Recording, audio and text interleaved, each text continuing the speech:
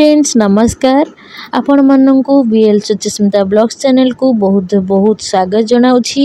आज मु आपण मानन पे नहीं आसी काबुली चना रेसिपी गरम भात हो रुटी हो नान हो जहाँ संगे भी खाइरे आपण माननकु बहुत भल लागिवो। आपण माने देखि परथिबे चना मसला को टेक्सचरटा केते स्वादिष्ट हेइथिबो।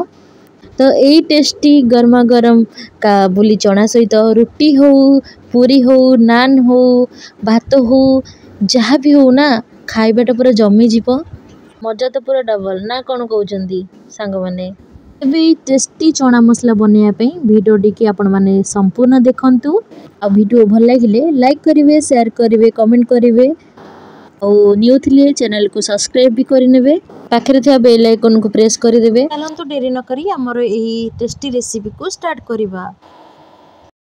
काबुली चना को बनवा को हेले मु किछि काबुली चना 7 ରୁ 8 घंटा बतुरे रखी देथिली सकाळु आपण माने चाहिले राति सारा भी भिगेकी रखी परिबे बट मु राति रे करिथिली दीपरे ताकू दे देथिली।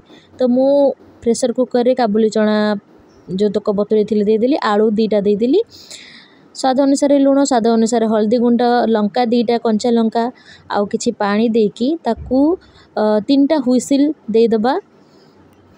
तो मोर ये काबुली चना सीझी जाइए ठंडा है पर आड़े नहीं देखी पारे मोर काबुली चना परफेक्ट सीझी ताकू एमती टिके ग्रेट करदे जहाँफल तरकारीटा भी ग्रेवीटा भी भल रहिबो। चलते आम मसला प्रिपेरेसन करवा। मुझे गोटे जार नहीं मसला कौन कौन नहीं मुझे गोटे मीडियम साइज पियाज नहीं आउ काजू 4टा नहीं रसुण 7 ରୁ 8 कोला नहीं अदा गोटे पिंच नहीं देखिए अदा ने आउ जीरा हाफ चम्मच गोटे फाइन पेस्ट बनई दबा पानी मुझे दीची किछि तापरे मुठी पैन रे सोरिष तेल नहीं आपण माने सोरिष तेल यूज करेंगे। सोरिष तेल रे बहुत टेस्ट लगी थाए प्राय मु 2 चम्मच तेल नहीं सोरिष तेल तेल गरम हो सारा पर गोटे तेजपत्र किछि दालचीनी किछि स्टार फूल एमती सब गोटे गोटे मसला गोटा मसला मु ऐड करदेली आउ जीरा हाफ चम्मच जीरा कारण मु हाफ चम्मच जीरा मसला रे बाटी तो जीरा को आपण माने देखिए नेबे लो टू मीडियम फ्लेम रे ताकू आमे भलो भाबरे भाजी नबा।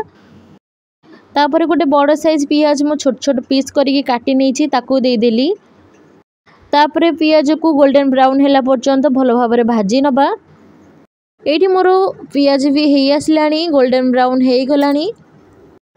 तो तापर आमे जो मसला पेस्ट करी रखी थी से मसला को ऐड करदेली मसला को देकी आमे पूरा मिक्स करदबा मसला और पियाज को मीडियम फ्लेम रे मन रखिए मीडियम फ्लेम रे आपण रखिए गैस हो इंडक्शन हो।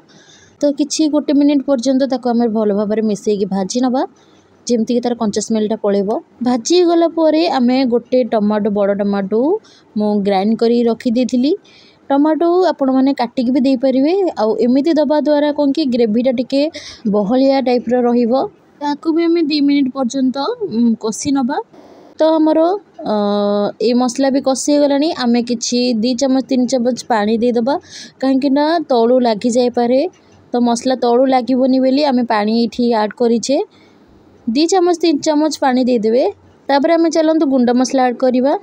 मुठी हाफ चम्मच लुण नहीं कारण मु सिझेला भी लुण नहीं आउ हल्दी गुंड हाफ चम्मच लंका गुंड गोटे चम्मच धनिया गुंड गोटे चम्मच तापर जीरा गुंड गोटे चम्मच आउ चिकन मसला हाफ चम्मच आउ गरम मसला हाफ चम्मच एतिकी हमर गुंड मसला मु ऐड करिछि।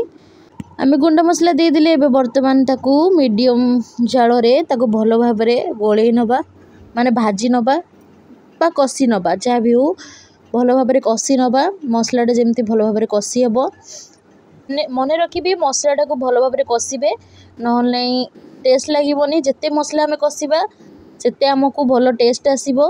आउ मो किछि पानी दे देली 4 चम्मच पानी दे देली तापर ताको भलो भाबरे मिसेई नेली